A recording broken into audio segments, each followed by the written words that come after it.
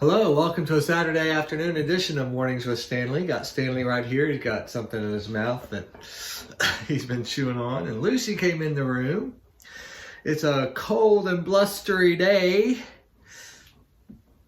Boy, is that wind blowing hard. This is like the second or third time this year. It's just been crazy wind. Last night, it kept waking me up. It was so loud, and I'm surprised the dogs didn't get worried. One of the neighbors, I'm not sure which neighbors, I think the neighbor just to the, just next door to the north of me, I think there was a awning, a canopy thing that was in my driveway this morning, and I didn't see him come pick it up, but I'm assuming that it was next door. Some neighbor, I guess it's been taken home and not just moved. I don't know where it would have moved to. Anyway, well, the wind is kind of strong. I've been staying indoors all day. The dogs haven't even been asking for a walk like they usually do. So I think they know that they don't really want to go out there. Anyway, though Lucy doesn't mind cold weather, and she goes out there and hangs out and just lays down in the sun. Luckily, it's a sunny day. She just heard her name, so she's looking at me. Lucy's a good girl. I'm a little worried about Lucy. I think I said yesterday she's having more difficulty going through the dog door. I think she can do it if she really wants to, but she'd prefer to have, and this has been going on for a few weeks, every now and then she just pauses at the door and waits for me. But now it's like, she almost never goes out the dog door on her own, maybe once or twice. I'm a little worried about, like, if I'm not here and there's a storm or something, and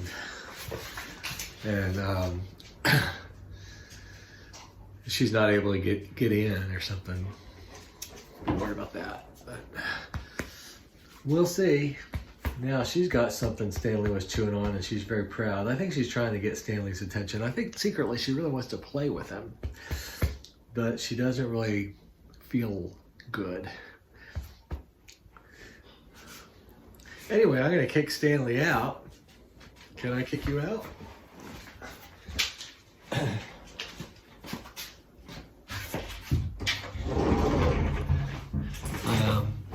Almost had to leave today. It's a sad thing. I was going to go to the hospital.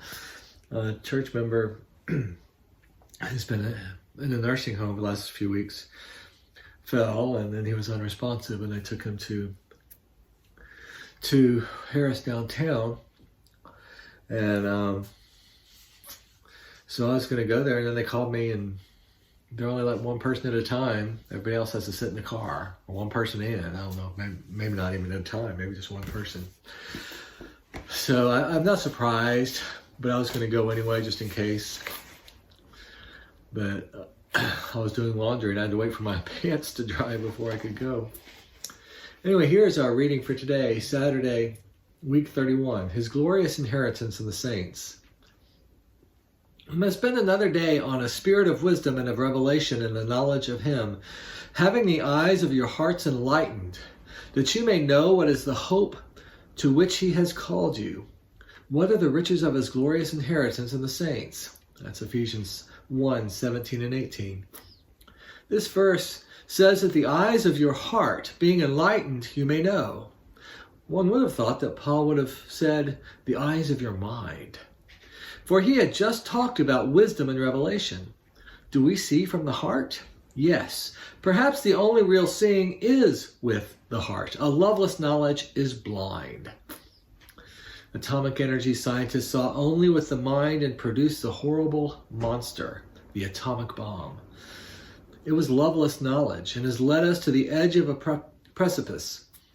Only as we see with the heart the possibility that atomic energy might be used for the raising of the level of life for everybody will this knowledge become wisdom. Two things come out of this heart knowledge. You may know what is the hope to which He has called you. You know the amazing sweep of this redemption. You see what is being done in and for us. And it gives us a great hope. This is what we get out of it all. The other thing is what God gets out of it. What are the riches of his glorious inheritance in the saints? His glorious inheritance in the saints of all things. I thought God was getting trouble and more trouble out of the process of redemption. Look what he has put up with, even in the saints. Is that exaggeration? No. A mother and father think when a child is growing up that they didn't get much in a child except trouble and more trouble. The years come and go, however, and that troublesome boy becomes a great man and a great servant of humanity.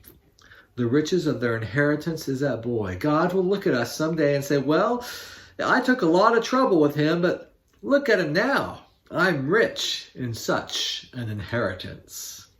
Here's our prayer for today.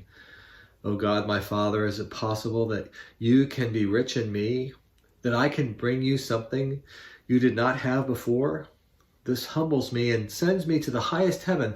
Glorious inheritance, then fill me with your glory. Amen.